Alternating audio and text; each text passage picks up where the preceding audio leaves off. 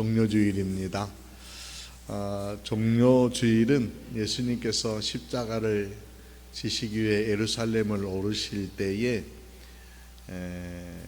종려나무 가지를 흔들며 호산나 사람들이 외치던 날을, 그 절기를 기억하고 또 기념하는 절기가 종려주일입니다. 호산나는 히브리 말로는 우리를 나를 구원하소서, 이제 구원하소서라고 하는 그런 의미가 있습니다. 아마 이렇게 환호했던 그들의 그 환호 안에는 예수님께서 메시아이심을 기대하면서 또 그 메시아가 이루실 왕국, 이스라엘의 회복을 꿈꾸면서 그들이 아마 이리 외쳤을 것이다라고 생각되어집니다. 그리고 이제 예수님께서 예루살렘에서 많은 어떤 가르침과 또 이적들을 베푸십니다. 오늘 본문은요, 예수님께서 예루살렘에 계실 때에 헬라 사람 몇 사람이 예수님을 찾아오는 그런 이야기로 시작이 됩니다. 헬라 사람들이 예수님을 찾아왔다? 유대인도 아니고 종교 지도자도 아니고 뭔가 좀 특이한 어떤 점들이 있는 것 같습니다. 그들이 왜 찾아왔는지 성경은 기록하지 않습니다. 여러 짐작을 해볼 수 있을 것 같지 않습니까? 그들이 어떻게 지금 6월절 명절에 예루살렘에 있지? 아마 그들도 유대인 디아스포라에 있는 유대인들을 통하여서 하나님을 알게 되었고, 또 특별히 하나님을 아는 이들이 명절을 지키기 위해서 예루살렘을 방문하는 전례에 따라서 그렇게 방문한 이들일 수도 있을 거고요. 또 와서 보니 예수님의 소문이 온 예루살렘 성 안에 퍼져 있는데 도대체 그분이 누구인지 좀 보고 싶다, 뵙고 싶다, 배우고 싶다, 아니면은요 그분이 베푸시는 기적을 뭔가 좀 기대하는 마음도 있었을 것 같습니다. 여하튼 분명한 것은 성경은 그들이 방문한 이유에 대해서 기록하지 않지만은 예수님을 찾았다라고 하는 것, 그 찾음 안에는 의도와 목적이 있었을 것이다 라고 짐작해 볼 수 있습니다. 지금 호산나라고 외치고 예수님의 예루살렘 입성을 맞이했던 군중들의 의도와 목적이 있는 것처럼 지금 이들도 의도와 목적이 있다는 겁니다. 그런데 그 의도와 목적이 예수님이 가셔야 되는, 예수님이 품고 계시는 생각의 결하고는 사뭇 다릅니다. 그래서 예수님은 지금 그 다른 어떤 생각과 결들을 좀 뭔가 좀 일깨워주기 위해서 예수님이 지금 말씀을 던지십니다. 하신 말씀 24절 말씀 보면은 이리 말씀하십니다. 내가 진실로 너희에게 이르노니 한 알의 밀이 땅에 떨어져 죽지 아니하면 한 알 그대로 있고 죽으면 많은 열매를 맺느니라. 여러분, 여기 진실로라고 하는 헬라어 말은요, 아멘입니다. 아멘. 굉장히 힘주어서 강조할 때 어떤 쓰는 어법이기도 합니다. 힘주어서 지금 예수님 말씀하시는 거예요. 죽어야 열매 맺는다. 즉 미랄이 가야 하는 길들을 지금 예수님께서는 말씀하고 계시는 거죠. 미랄이라고 하는 것은 즉 한 알의 밀이 땅에 떨어져서 죽고 썩어지고 하는 이 어떤 것은 자연의 법칙이기도 하지만 또 인생의 법칙이기도 하고 신앙의 법칙이다라고 하는 것들을 예수님께서 지금 전해주고 계시는 겁니다. 예수님 자신이 지금 이 땅에 오신 것은 한 알의 밀처럼 땅에 떨어져 죽고 썩어 새로운 열매를 맺기 위한 길들을 열어가신다, 이 말씀 하시려고 하는 거예요. 이걸 아주 압축하여서 바울이요 잘 설명했는데, 로마서 말씀에 보면은 미랄의 길이라고 하는 일들에 대해서 바울이 전하는 로마서 5장 19절 말씀 보면은 이런 말씀하죠. 한 사람이 순종하지 아니함으로 많은 사람이 죄인 된 것 같이 한 사람이 순종하심으로 많은 사람이 의인이 되리라. 즉 아담의 범죄로 말미암아 인류에게 죄가 찾아오게 되었고 모든 인간이 죄의 길들을 걷게 되었는데 죄인이라는 거죠.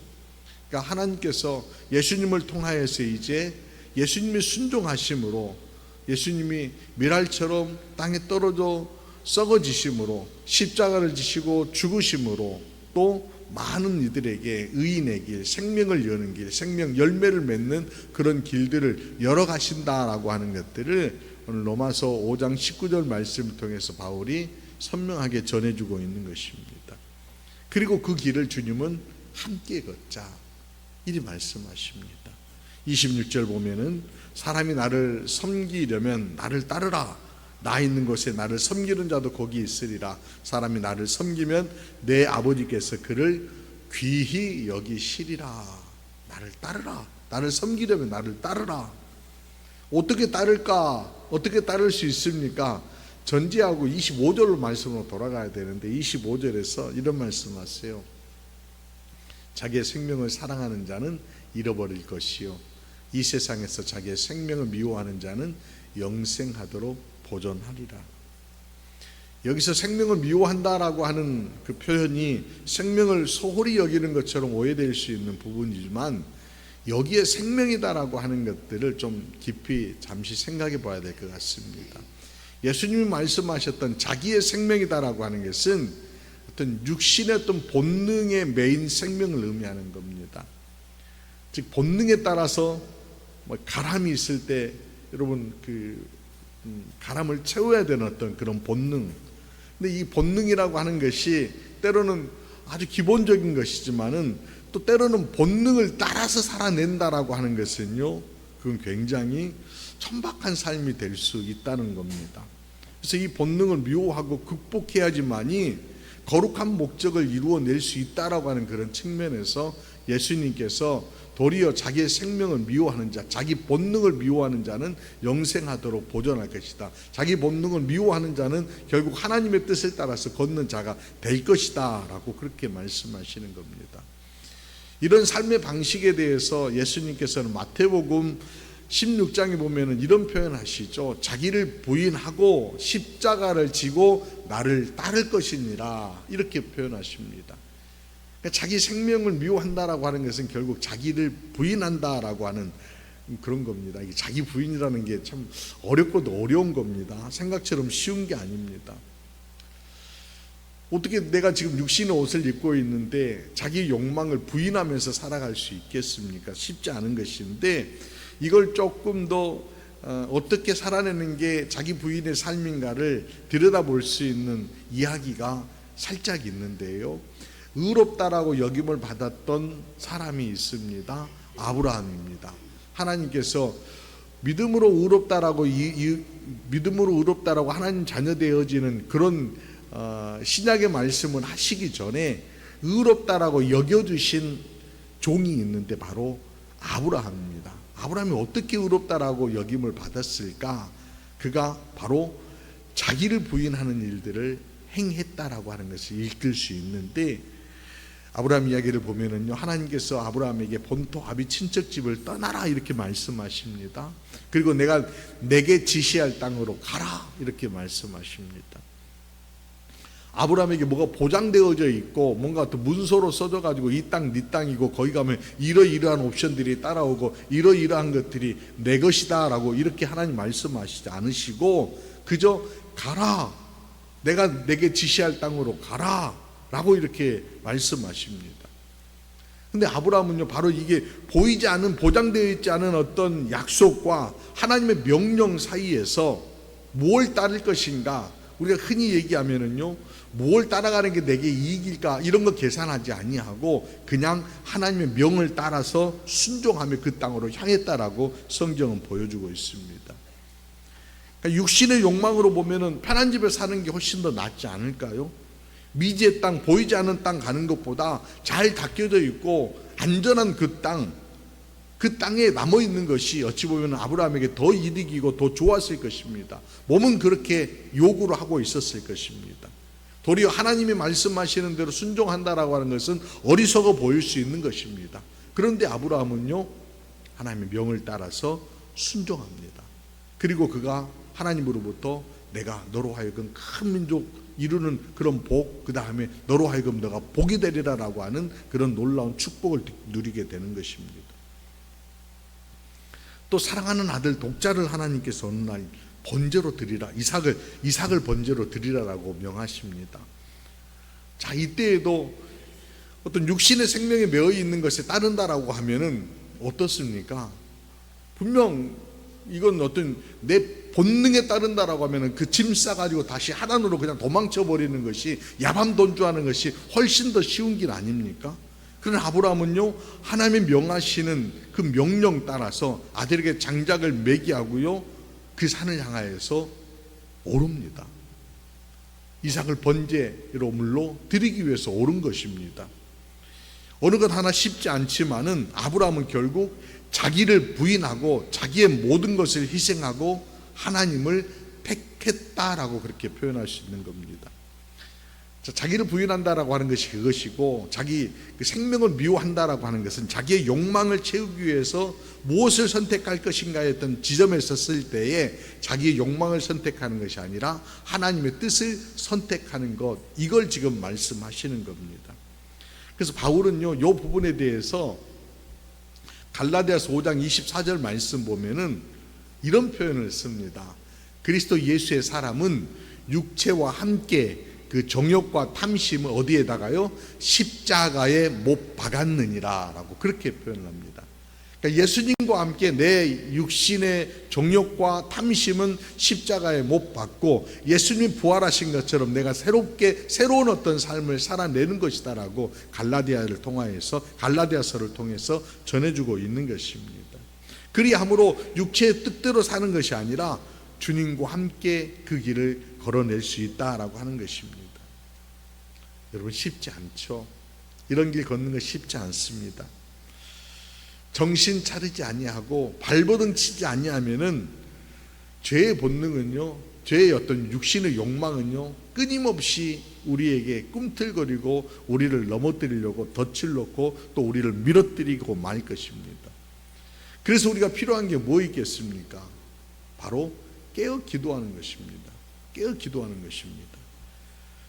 그리스도인이라고 하면 반드시 기도해야 된다라고 하는 것, 기도하는 것이 얼마나 좋은 줄 다 압니다. 그러나 우리가 기도가 잘 안 되는 그런 경우들이 있죠. 왜 그렇습니까?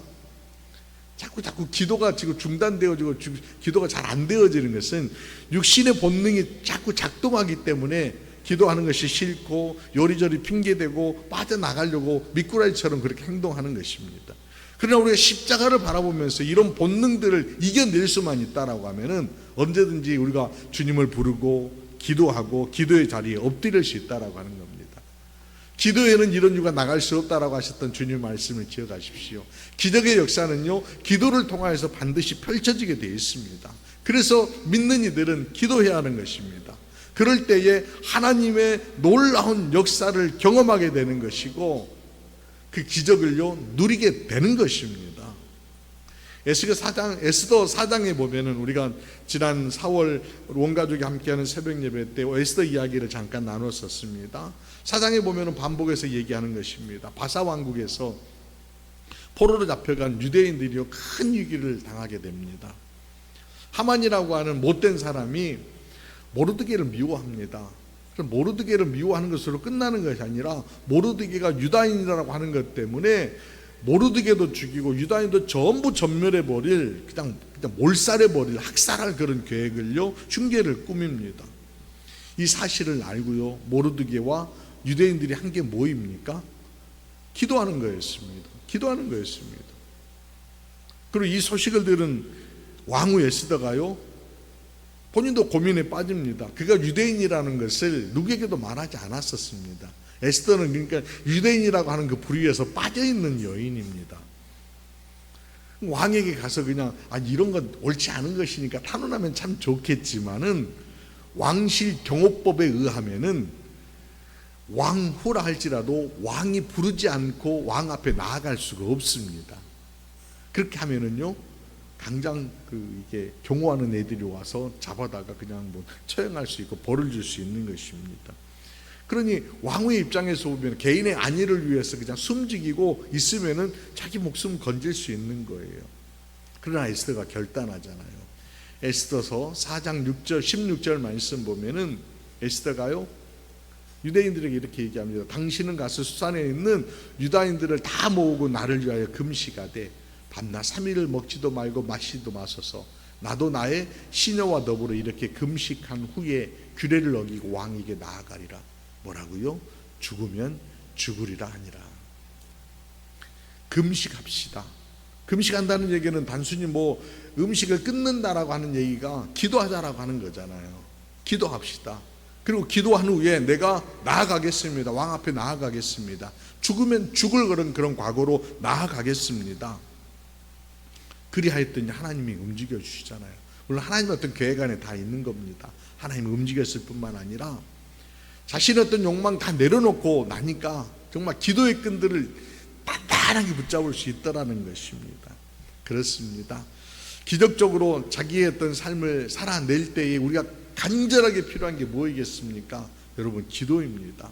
미랄의 걸음을 걸어내려고 할 때 우리를 넘어뜨리려고 하는 많은 수많은 바람들이 몰아칠 겁니다. 그리스도인들이 붙잡아야 될 게 뭐이겠습니까? 기도입니다. 기도를 붙잡고 여러분 달려가는 여러분 될 수 있기를 바랍니다. 또 하나는요, 우리가 미랄의 걸음들을 이렇게 걸어내려고 할 적에 그걸로만 끝나는 게 아닙니다. 녹아지는 것들이 필요합니다. 녹아진다라고 하는 다른 표현들은 헌신입니다. 헌신. 누구를 위하여서요? 주님을 위하여서, 또 구원해야 될 영혼들을 위하여서. 우리는요 보이는 그리스도 아닙니까? 그리스도의 작은 어떤 흔적들로서 빛이고 소금이고 예수의 흔적을 가지고 세상 가운데 예수를 전하는 이들이기 때문에 예수님이 십자가에서 모든 것들을 녹여주셨듯이 우리의 삶 가운데도 살아내면서 헌신하는 것, 나를 녹이는 것들을 중단하지 말아야 된다라고 하는 것입니다. 사도 바울이요 예루살렘에 가서 체포될 것을 알고 있어요. 그러면서 밀레도라고 하는 것을 거쳐서 예루살렘에 가게 되는데 밀레도에서 고별 설교를 사도 바울이 합니다. 사도행전 20장 24절 말씀 보면은 그때 설교하면서 바울이 했던 얘기, 이런 얘기입니다. 여러분 같이 한번 읽어봅시다. 시작. 내가 달려갈 길과 주 예수께 받은 사명 곧 하나님의 은혜의 복음을 증언하는 일을 마치려 하면은 나의 생명조차 조금도 귀한 것으로 여기지 아니하노라. 아멘. 생명을 귀한 것을 여기지 않고 내어놓겠다, 헌신하겠다, 녹여내겠다라고 하는 겁니다. 기꺼이 치르겠다라고 하는 각오이죠. 엄밀하게 보면은 그냥 그 예배소 교회를 섬기고 있고 그 과정에 있었으니까 그냥 예배소에 머문다라고 해서 누구 하나 아이고 예루살렘에 가야지라고 하면서 막 손가락질하는 이가 없었을 겁니다. 당연히 예루살렘에 가면은 바울을 붙잡는 이들이 이미 지금 막 움직이고 있고, 아니 바울을 암살하려고 하는 이들이 막 여기저기 도처에 깔려 있는 것들을 다 알고 있었기 때문에 위험한 곳에 가지 마십시오. 그냥 여기에서 우리 함께 있으십시다. 그렇게 얘기할 법도 합니다. 실제로 그렇게 얘기하기도 했습니다. 그런데 굳이 예루살렘에 가서 붙잡혀서 고난당할 것을 알고 있었음에도 불구하고 가는 것, 바로 하나님께 받은 그 사명, 복음을 증언하는 일에 자기의 생명을 조금도 귀한 것을 여기지 아니하고 내어놓겠다라고 하였던 것입니다. 우리가 신앙의 길들을 걸어간다라고 하는 그 걸음은 결국은 녹이는 겁니다. 결국 하나님 주셨던 것들, 복들, 건강, 물질, 삶, 시간 이런 것들을 다 녹여내서 하나님이 기대하시는 그 길들을 향하여서 조금씩 퍼 흐르게 하는 것입니다. 믿음의 사람이 살아내는 삶의 방식이 바로 이런 겁니다. 여러분 올해가요 우리 개신교 선교 140주년입니다. 140주년 해냅니다. 1885년 부활절에 우리가 선교사, 장로교 선교사였던 언더우드와 감리교 선교사였던 아펜젤러가 제물포항에 이렇게 들어오시어서 조선의 발을 내딛는 그런 때를 기점하여서 이제 140년이 지난 겁니다. 물론 이 지점에서 이렇게 논쟁이 있습니다. 이미 그 전에 1885년이 아니라 1884년에 알렌이라고 하는 북장로교회에서 파송한 의료 선교사, 평신도 선교사가 조선 땅에 이미 와 계셨습니다. 그래서 뭐 한쪽에서는 아니 무슨 141년인데 자꾸 140년이라고 해, 그런 분들도 계시긴 합니다만, 여하튼 또 막 그렇게 또 따지면은 그 이미 중국을 통하여서 선교가 이루어졌잖아요. 복음을 전해서 그 복음을 들었던 이들이 이미 성경을 번역하고 또 선교사들이 왔다 갔다 하면서 조선에 복음을 전했었습니다. 그러니까 선교의 역사를 보면은 굉장히 또 더 길고요. 아니 또 좀 뭐 복음의 역사를 이렇게 보자고 하면은, 아니 가톨릭은 벌써 200년 전에 우리보다 훨씬 개신교보다 100년 전에 와서 순교도 당하고 복음도 전했었으니까 그런 어떤 흔적들이 있지만은 뭐 그냥 논쟁하기보다는 그냥 140년으로 기억하십시다. 중요한 것은 그들의 헌신이잖아요.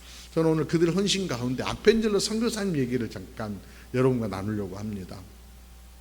아펜젤러 선교사님 여러분 아시는 것처럼 감리교 선교사로 조선 땅에 와서 배제학당 그리고 정동 교회 이렇게 설립하시는 그런 설립자이십니다. 특히 이제 성경 번역을 굉장히 앞장서서 많이 하셨다라고 하십니다. 안타까운 것은요, 1902년도 우리가 예전에 그 정교인 수련회 하시면서 저희 군산 지역에 아펜젤러 기념관 가서 기념관을 통해서 아펜젤러의 어떤 흔적도 보시고 좀 어떤 이야기를 나누었던 그런 기억이 있는데요. 1902년도에 목포에서 열리는 어떤 성서 번역회의가 있었다고 해요. 그 번역회의를 위해서 제물포항에서 이제 목포 쪽으로 이렇게 배를 타고 이렇게 이동을 하시던 중에 군산 앞바다 어청도라고 하는 그 섬을 지나는 어떤 길목에서 배가 이렇게 충돌을 하게 됩니다. 그리고 이제 배가 침몰을 하게 돼요. 그 배에 비서였던 그 조선 분도 한 분 계셨고, 고향에 이제 돌아가는 어떤 여학생이 한 명 그 배의 선실에 같이 있었나 봐요. 배가 이렇게 막 침몰해 가는데 사람들은 다 탈출을 합니다. 그런데 그 여학생이 그 선실을 빠져나오지 못한 것을 아펜젤러 선교사님 알게 된 거예요. 선교사님도 충분히 목숨을 부지하기 위해서 탈출할 수 있는 그런 시간적인 여유가 있었는데 그 소녀를 구출하기 위해서 다시 선실로 들어가십니다. 근데 그가 그 순간 배가 급격히 가라앉으면서 빠져나오지 못하시고 순교를 당하십니다.